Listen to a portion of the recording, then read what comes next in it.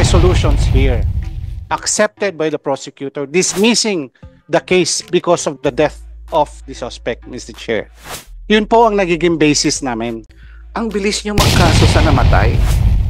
Pero yung pulis na umamin na pumatay but merely said na, self-defense, absuelto nyo agad, di ba? So, ang siguro, kung ang pangako ng PNP ay tutulong na sila sa investigasyon, nakalagay sa rules nila na i-inquest eh. Di-inquest na ngayon nila itong libo-libong kaso. There are resolutions here accepted by the prosecutor dismissing the case because of the death of the suspect, Mr. Chair. Yun po ang nagiging basis namin. Sa Attorney Neri, tapos dyan, I will recognize Congresswoman Castro. Thank you, Mr. Chair. Sa tanong lang ni Congressman Adjong, really frustrating syempre, no? We've had so many cases na minsan hihingi ka ng mga reports from the police, pahirapan nung panahong yon. Pero alam nyo po, itong hearing lang na to, malaki po yung parang pag-asa ng mga biktima. So tingin ko hindi natin ma-underestimate yung powers ng komite na ito na maglungkat ng katotohanan. Yung pagkuha lang po ng mga pangalan ng team members na involved sa operasyon na yon, malaking bagay na yon eh. Kasi minsan may mga witnesses na pwedeng ma-encourage na mag-testify later on. Pangalawa po, ang siguro kung ang pangako ng PNP ay tutulong na sila sa investigasyon, nakalagay sa rules nila na i-inquest eh. Di-inquest na ngayon nila itong libo-libong kaso. That's probably the measuring gauge doon sa yung commitment to investigate. Kasi nakalagay naman sa rules nila that if there is a police operation, tapos may namatay, may inquest. And yung inquest kasi siguro kung liblib na lugar, baka walang inquest prosecutor, but Metro Manila, Caloocan, big cities like Rosales. Secondly, Mr. Chair, siyempre lalong masama sa tingin ng biktima, ang bilis nyo magkaso sa namatay. Pero yung pulis na umamin na pumatay, but merely said na, self-defense, absuelto nyo agad, di ba? So, yung sa akin, dapat nga sundin ang rules. So maybe the PNP can file inquest proceedings na, preliminary investigation in a sense para kasuhan. Kasi may patay, may admission naman yung pulis na ako ang pumatay, at sabihin na lang siguro ng PNP sa pulis, o sige, kaya lang sa korte mo ipaliwanag yan. Mapwersa kaming, kasuhan ka muna, kasi under our rules and under our law, if there is a crime and you probably committed it, then a case may probable cause na, and therefore a case has to be filed against you. At hindi lang ito probable cause, inadmit mo na akong pumatay So yung threshold ng probable cause has been breached. So the normal thing is to file. So basically yun siguro, and for the police, kasi narinig ko kanina, Mr. Chair, may mga dokumentong na si Congressman Acop, hindi nadala, hindi na-submit, lalong na yung tingin ng mga biktima na hindi nagko-cooperate So itong mga pinatawag ni Congressman Acop, ni Chair Abante, na mga dokumento, malaking tulong din yan. Kasi unti-unti matitrash natin. In some countries, they build these truth commissions. They did it in Thailand after the massive thousands of dead na kay Thaksin, drug war din yon. They built a truth commission and inungkat yung maraming bagay doon. And ang findings noon, halos kalahati walang involvement sa drugs. Before Thaksin was ousted from power. So okay na rin itong ginagawa nyo in the sense na at least may chance na maungkat yung mga ang kailangan lang sa pulisan natin, isubmit yung mga nire-request ng committee at ng biktima para mabuo yung kwento. At I'm sure darating po ang hustisya in the end, basta pursige lang naman ang pag-prosecute ng mga biktima at mga human rights lawyer. Thank you, Mr. Thank you, Attorney Neri. Okay yung Truth Commission, but I would like to ask the chairperson of CHR what he thinks if we will be able to actually put up a truth commission on this? Magandang hapon po. Yung Truth Commission, Your Honor, is the prerogative of the government, of course, the Congress. Pero on the part of the Commission on Human Rights, we are, as I said before, the investigation on extrajudicial killings in relation to the drug war being conducted by the Commission on Human Rights is still ongoing. And as of this moment, Your Honor, we have already created a task force to continue the investigation and finally find closure with regard to accountability of those involved in the killings, Your Honor. Therefore, you think that there is no need for any truth commission because the Commission on Human Rights will be doing your part on this, diba? Yes, Your Honor. The Commission on Human Rights is an independent national human rights institution. Well, I hope that you will remain independent. Yes, Your Honor. The thing is this: if you will remain independent, and you could be able to promise this committee that you will remain independent in this investigation, I think that you would admit also that there are extrajudicial killings that happen. Am I right? Yes, Your Honor. Because All right. as we submitted, Your Honor, the report of the CHR on the killings committed during the drug war. Okay. Now the thing is, okay, if the Commission on Human Rights will be independent and they will investigate fully what has happened here, therefore there is no need for a truth commission. Am I right? Yes, Your Honor. Okay. As long as we find support from the Philippine National Police. There is already the Philippine National Police Human Rights, di ba? Andito ba yung human rights natin? Andyan. Oo. Ayan ha. Can you please partner with the Commission on Human Rights on these things? Because you belong to the human rights branch of the Philippine National Police. Di ba? Oh, so now in this committee, you are making a commitment that you're going to partner with the Commission on Human Rights on this thing. Can you please make your statement here? I'd like to find out.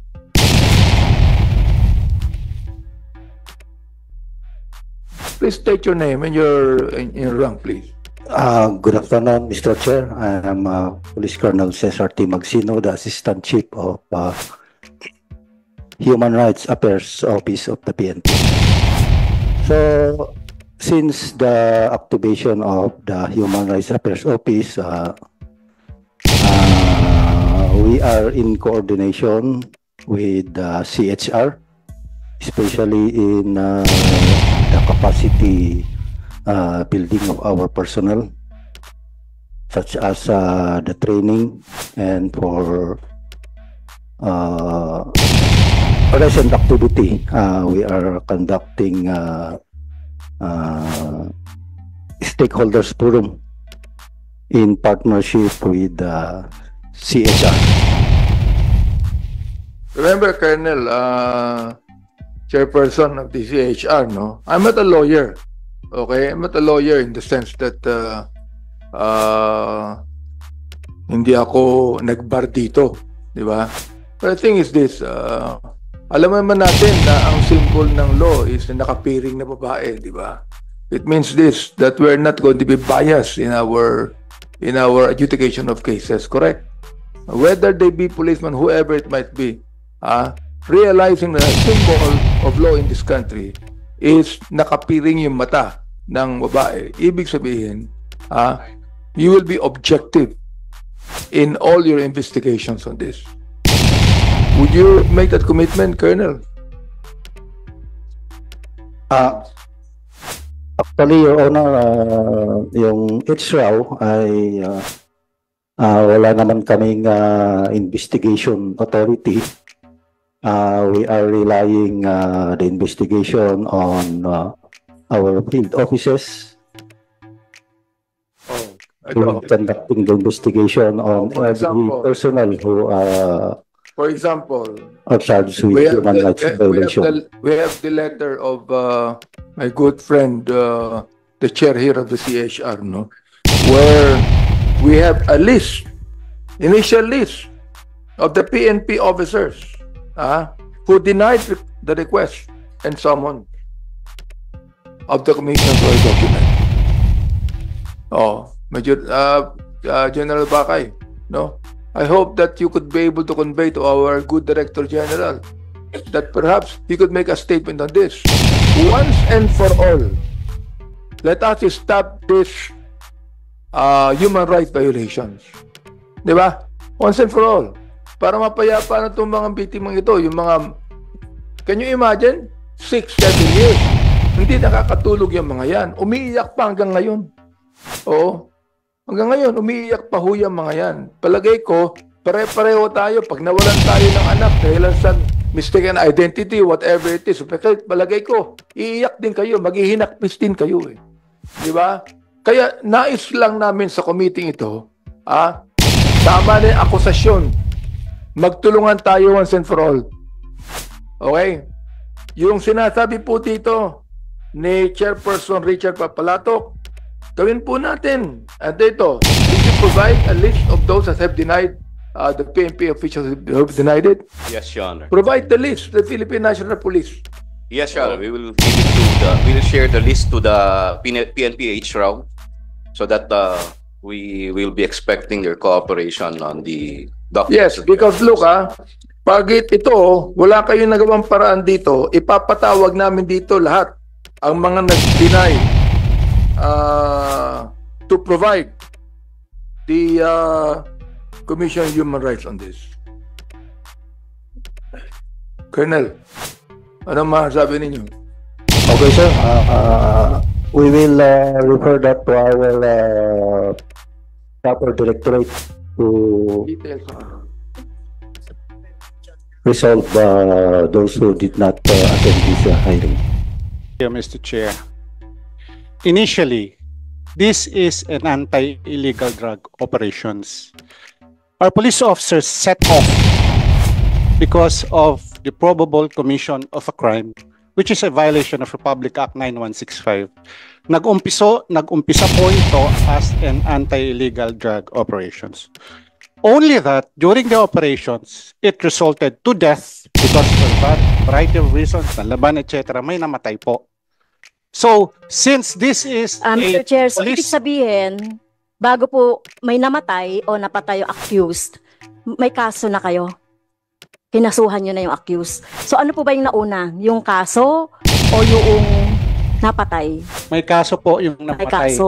Madam Mr. So, Chair. nakapagsampa na po kayo ng kaso doon sa napatay.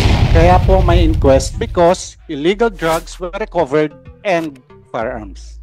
May violation of law po tayo. Kaya ini-inquest po namin yung suspects. Also in instances where may namatay, mayroong nabuhay.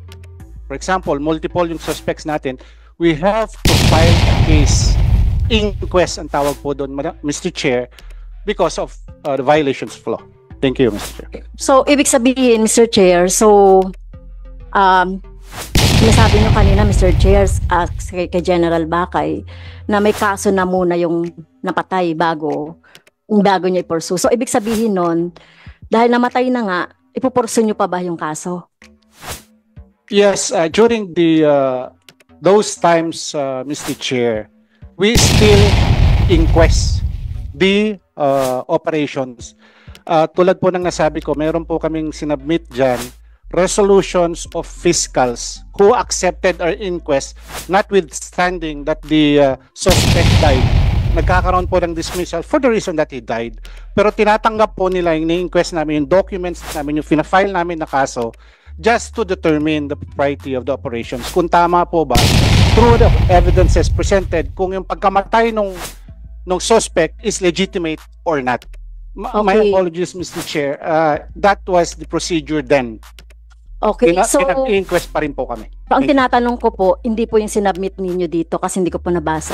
Ito yung tinatanong ko po, yung sa case ni Nanay Cuartero, yun nga po, ito po, nagkaroon po ba yan ng kaso na yung anak ni Nanay Cuartero? Nagkaroon po ba ng kaso?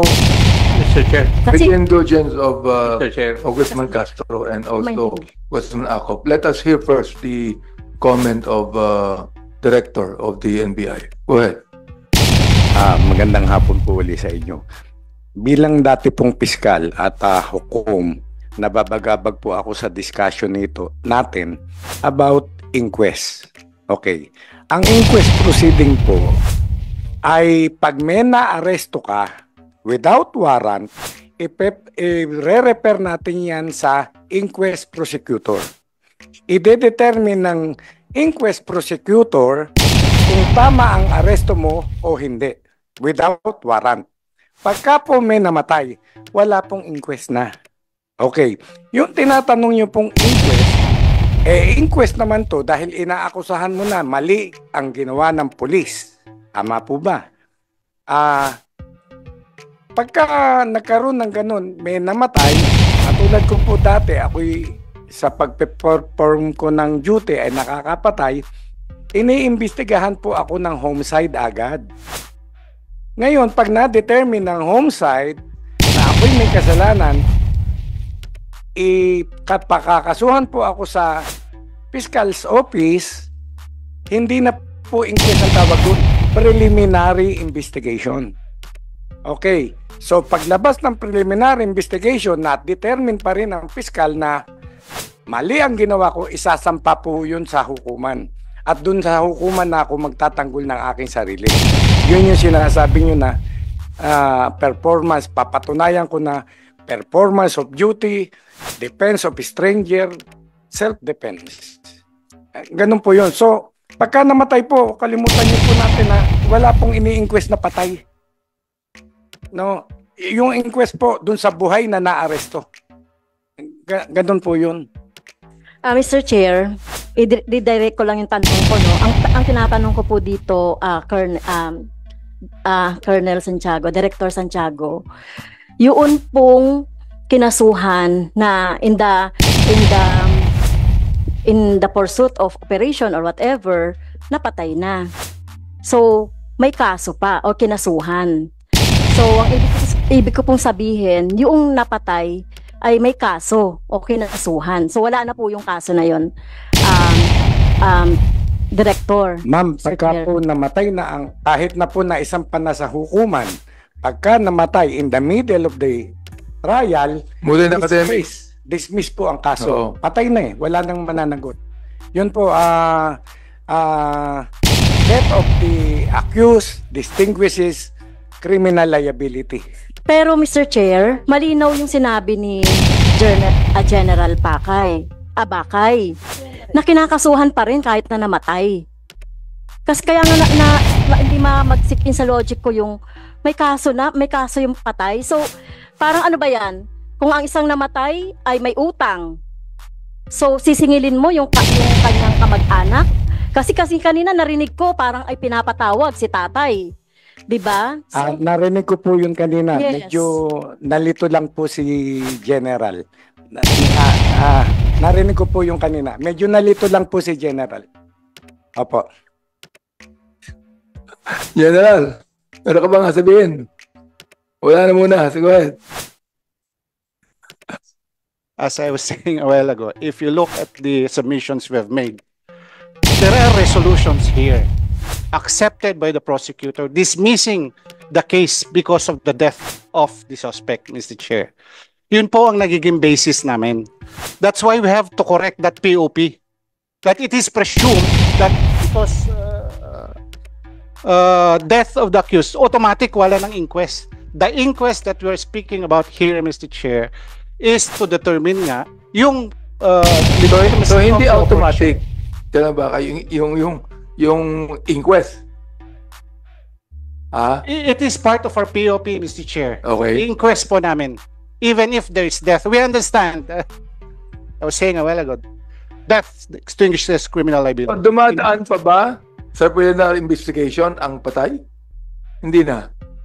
It will Wala na, the case patay na. will be dismissed because of the information. Because Pero we what I'm cannot saying detect is, death.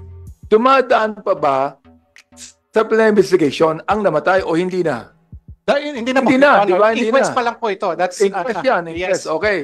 So Inquest sa lang po inquest pa lang, wala na yon. Okay? Yan ang very clear. Mr. Chair,